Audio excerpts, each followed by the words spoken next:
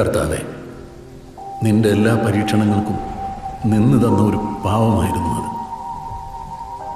അവൻ എല്ലാ പാപങ്ങളിൽ നിന്നും നീ മോചനം കൊടുത്ത് അവൻ്റെ എല്ലാ പ്രാർത്ഥനകൾക്കും ഉത്തരം കൊടുക്കണം.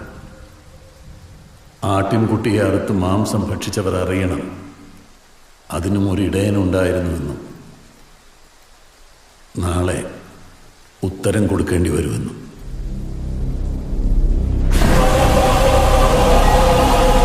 എൻ്റെ വ്യക്തത ഇല്ലാതാക്കിയവരെ